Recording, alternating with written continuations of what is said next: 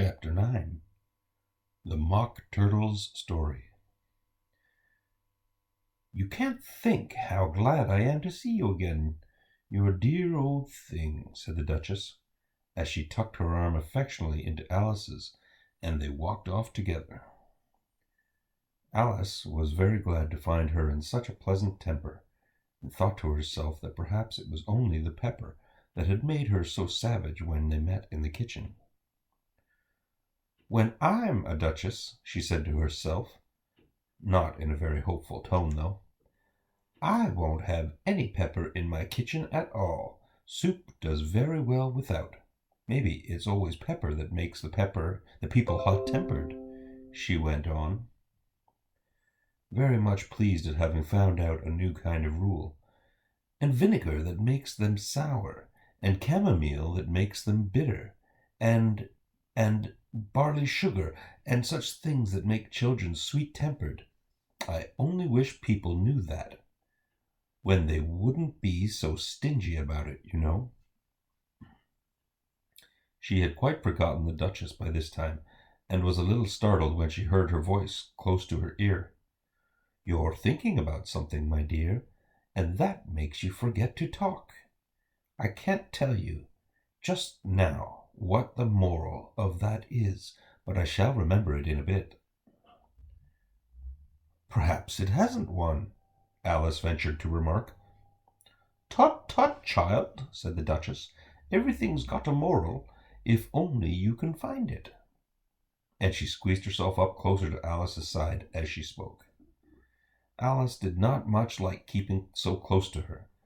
First, because the Duchess was very ugly, and secondly, because she was exactly the right height to rest her chin upon Alice's shoulder, and it was an uncomfortably sharp chin.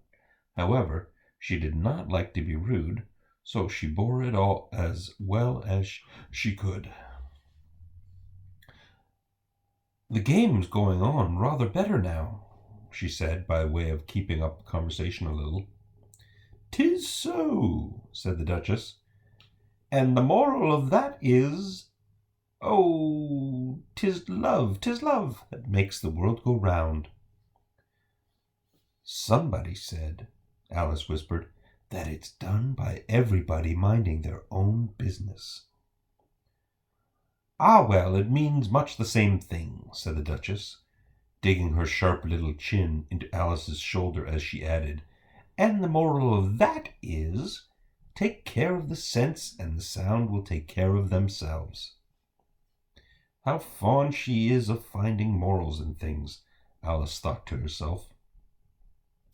"I dare say you're wondering why I don't put my arm round your waist," the Duchess said after a pause. "The reason is that I'm doubtful about the temper of your flamingo. Shall I try the experiment?" "He might bite," Alice said, cautiously replied, not feeling at all anxious to have the experiment tried. "Very true," said the Duchess. "Flamingos and mustard both bite, and the moral of that is, birds of a feather flock together." "Only mustard isn't a bird," Alice remarked. "Right as usual," said the Duchess. "What a clear way you have of putting things." "It's a mineral, I think," said Alice. "Of course it is," said the Duchess, who seemed ready to agree to everything that Alice said.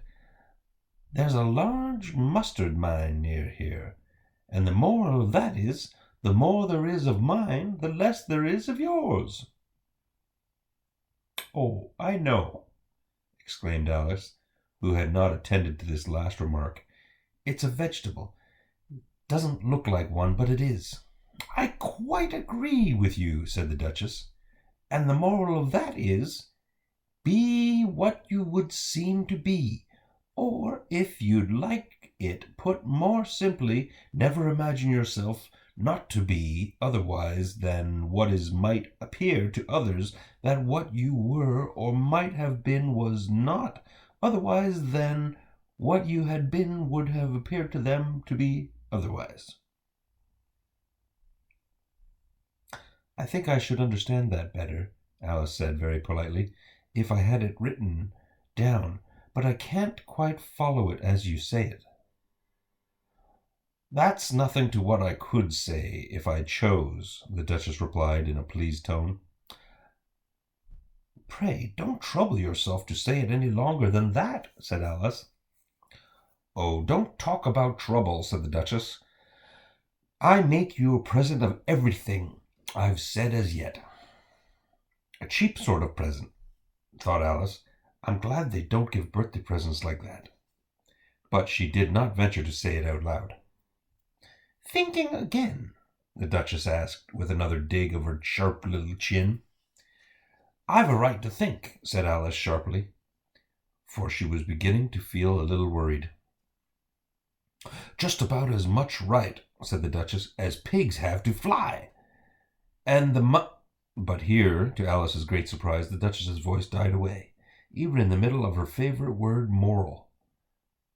And the arm that was linked into hers began to tremble.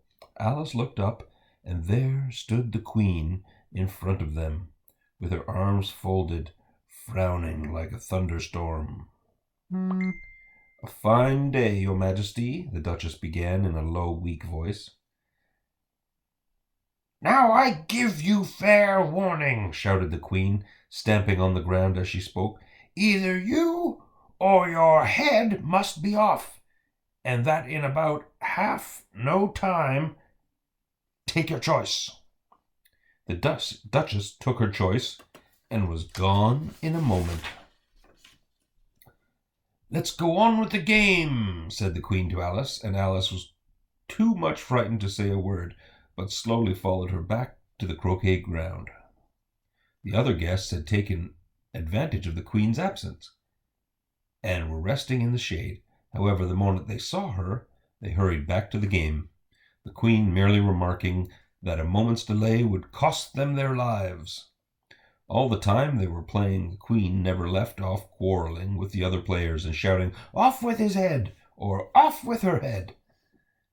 Those whom she sentenced were taken into custody by the soldiers, who of course had to leave off being arches to do this, so that by the end of half an hour or so there were no arches left, and all the players except the King, the Queen, and Alice were in custody and under sentence of execution. Then the Queen left off, quite out of breath, and said to Alice, "Have you seen the Mock Turtle yet?" "No," said Alice. "I don't even know what a Mock Turtle is." "It's the thing Mock Turtle soup is made from," said the Queen. "I never saw one or heard of one," said Alice. "Come on, then," said the Queen, "and he shall tell you his history." As they walked off together, Alice heard the King say in a low voice to the company generally, "You are all pardoned. Come, that's a good thing," she said to herself, for she had felt quite unhappy at the number of executions the Queen had ordered. They very soon came upon a griffin lying fast asleep in the sun. If you don't know what a griffin is, look at the picture. "Up, lazy thing," said the Queen, "and take this young lady to see the Mock Turtle, and to hear his story. I must go back and see after some executions I have ordered." And she walked off, leaving Alice alone with the griffin. Alice did not quite like the look of the creature, but on the whole she thought it would have been quite as safe to stay with it as to go after that savage Queen, so she waited. The griffin sat up and rubbed its eyes. Then it watched the Queen till she was out of sight. Then it chuckled. "What fun!" said the griffin, half to itself, half to Alice. "What is the fun?" said Alice. "Why, she," said the griffin. "It's all her fancy, that. They never execute nobody, you know. Come on." Everybody says, "Come on here," thought Alice, as she went slowly after it. "I never was so ordered about in all my life. Never." They had not gone far before they saw the Mock Turtle in the distance, sitting sad and lonely on a little ledge of rock, and as they came nearer, Alice could hear him sighing, as if his heart would break. She pitied him deeply. "What is his sorrow?" she asked the Gryphon, and the Gryphon answered, very nearly in the same words as before, "It's all his fancy, that. He hasn't got no sorrow, you know. Come on." So they went up to the Mock Turtle, who looked at them with large eyes full of tears, but said nothing. "This here young lady," said the Gryphon, she wants for to know your history, she do." "I'll tell it her," said the Mock Turtle in a deep, hollow tone. "Sit down, both of you, and don't speak a word till I've finished." So they sat down, and nobody spoke for some minutes. Alice thought to herself, "I don't see how he can ever finish if he doesn't begin." But she waited patiently. "Once," said the Mock Turtle at last, with a deep sigh, "I was a real turtle." These words were followed by a very long silence, broken only by an occasional exclamation of from the Gryphon, and the constant heavy sobbing of the Mock Turtle. Alice was very nearly getting up and saying, "Thank you, sir, for your interesting story," but she could not help thinking there must be more to come, so she sat still and said nothing. "When we were little," said the Mock Turtle, more calmly, though still sobbing a little now and then, "we went to school in the sea. The master was an old turtle. We used to call him Tortoise." "Why did you call him Tortoise if he wasn't one?"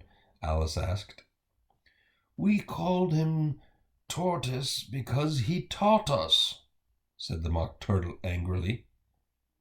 "Really, you are very dull." "You ought to be ashamed of yourself for asking such a simple question," added the Gryphon. And then they both sat silent and looked at poor Alice, who felt ready to sink into the earth. At last the Gryphon said to the Mock Turtle, "Drive on, old fellow. Don't be all day about it." And he went on in these words, "Yes, we went to school in the sea, though you mayn't believe it." "I never said I didn't," interrupted Alice. "You did," said the Mock Turtle. "Hold your tongue," added the Gryphon before Alice could speak again. The Mock Turtle went on. "We had the best of educations. In fact, we went to school every day." "I've been to a day school too," said Alice. "You needn't be so proud as all that." "With extras?" asked the Mock Turtle a little anxiously. "Yes," said Alice. "We learned French and music." "And washing?" said the Mock Turtle. "Certainly not," said Alice indignantly. "Ah, then yours wasn't a really good school," said the Mock Turtle in a tone of great relief.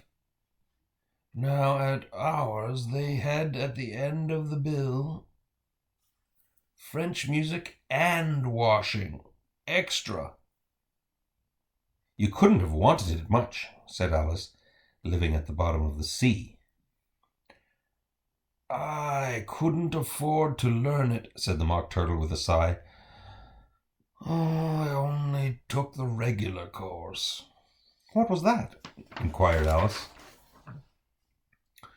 "Reeling and writhing, of course, to begin with," the Mock Turtle replied, "and then the different branches of arithmetic: ambition, distraction, uglification, and derision."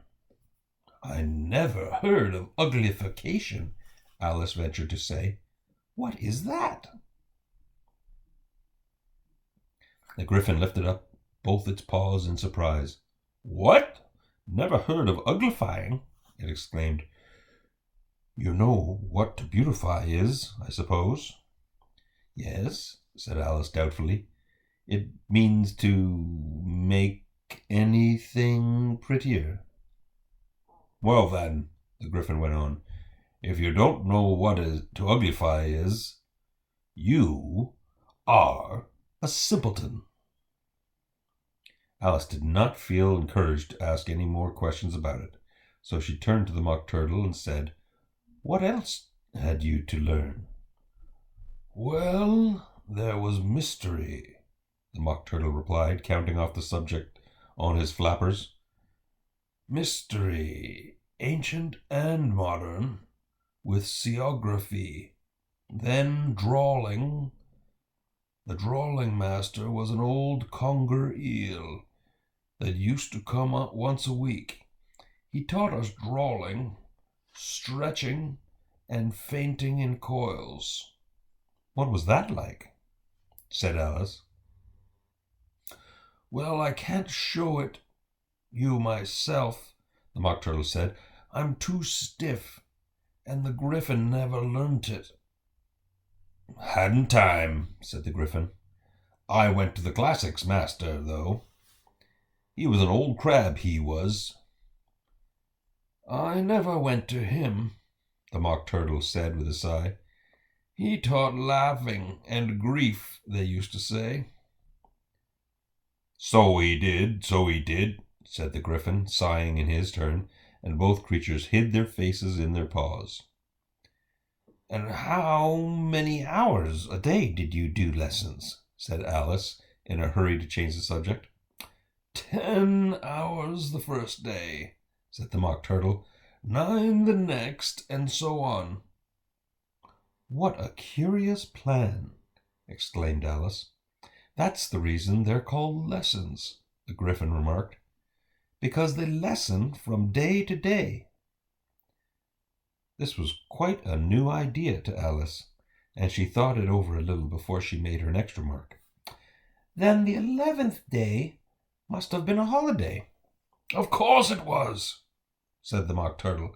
"And how did you manage on the 12th?" Alice went on eagerly. "That's enough about lessons," the Gryphon interrupted in a very decided tone.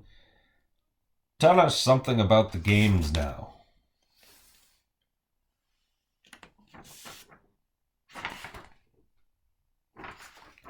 Well, that's the end of the chapter.